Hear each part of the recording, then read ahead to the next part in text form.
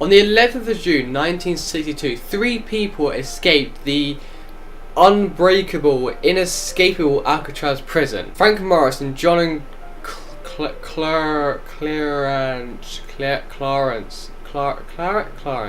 Anglin. In the back of their cell, they had dug a hole big enough so that they could fit through in a wall that is 30 centimeters, or a foot if you're like American, thick, using nothing but sharpened spoons. Although the wall was kind of worn down because it's old, but still, they dug through with spoons in the wall, the concrete thick wall. There is a documentary which suggested they used a homemade like drill to get them started, but still, it's impressive.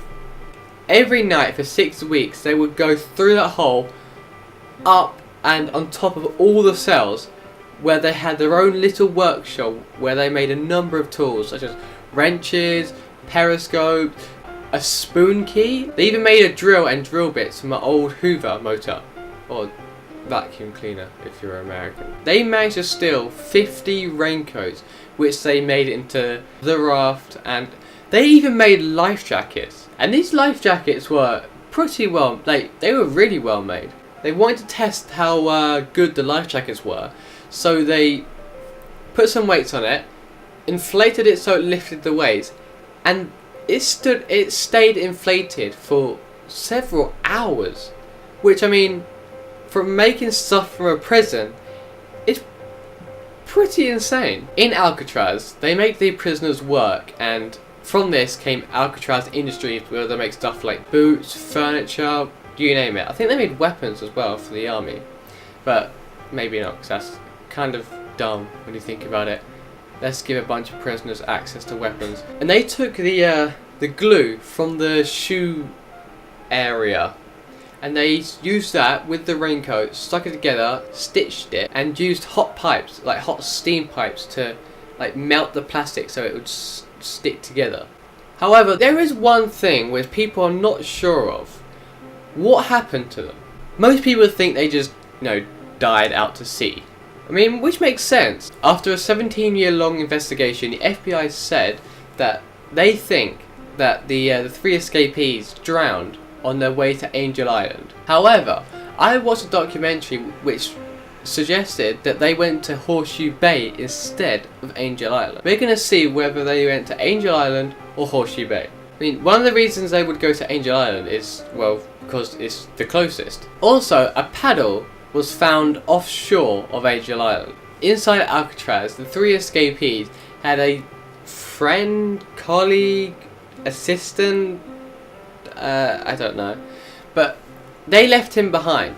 He told the FBI that they were planning to go to Angel Island, but I mean, obviously he could have lied to cover their back. However, if they went to Angel Island, the currents would be against them. So if they were going to Angel Island this way, the currents would have been going this way, which, if they did go to Angel Island, means that they probably would have drowned. However, if they went to Horseshoe Bay, the current would help them get to Horseshoe Bay. Just by Horseshoe Bay is the Golden Gate Bridge, which leads to the ocean. So if they did go to Horseshoe Bay and they didn't make Horseshoe Bay, the current would have taken them out to sea, which of course they would have died. In a documentary I watched, 3 Dutch scientists made a raft using only materials that would have been found on Alcatraz in 1962. They set off to try and make it to Horseshoe Bay from Alcatraz, and they almost made it. 3 Dutch scientists almost made from Alcatraz to Horseshoe Bay. And these Dutch scientists weren't exactly the strongest people alive. If you are in a prison, chances are you are going to be pretty fit. Fitter than scientists for sure. And they almost made it. They were 50 meters or so away from Horseshoe Bay, but the current took them out and they were taken to safety. And of course, these scientists weren't paddling for their lives. I mean, the adrenaline wasn't there. They would just be like, oh, if we mess up, the boat will come and we'll be fine. But these escapees were literally paddling for their lives. I think they could have made it. Also, the raft that the scientists made possibly wasn't as good as the raft that the escapees would have made. On Wikipedia, it says that the escapees used hot steam pipes to like melt the plastic and seal the seams. However, the scientists didn't do that, and they had leaks because of it. So the scientists had 3 people on board, like the escapees. They had 2 people on the back blowing up the raft constantly to make sure it stays afloat, and 1 person paddling. If the escapees did seal the seams, it would have made it a lot harder for air to escape the raft, which means they could have had multiple people. One reason for this is they were never seen again, or maybe just like 2 rowing, 1 blowing up, and occasionally someone else helped blow up. And of course, there's always the possibility that they drowned.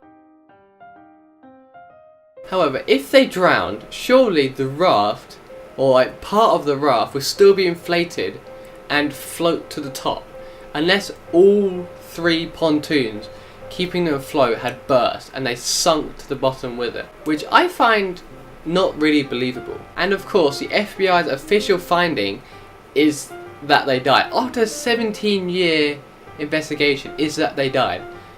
And I mean, who am I to argue with the FBI? It's the FBI. Some other evidence is that they could have died. It was the colleague, a friend, person inside Alcatraz said that they were planning to steal a car and some clothes when they reached land. However, there were no police reports of anyone stealing anything.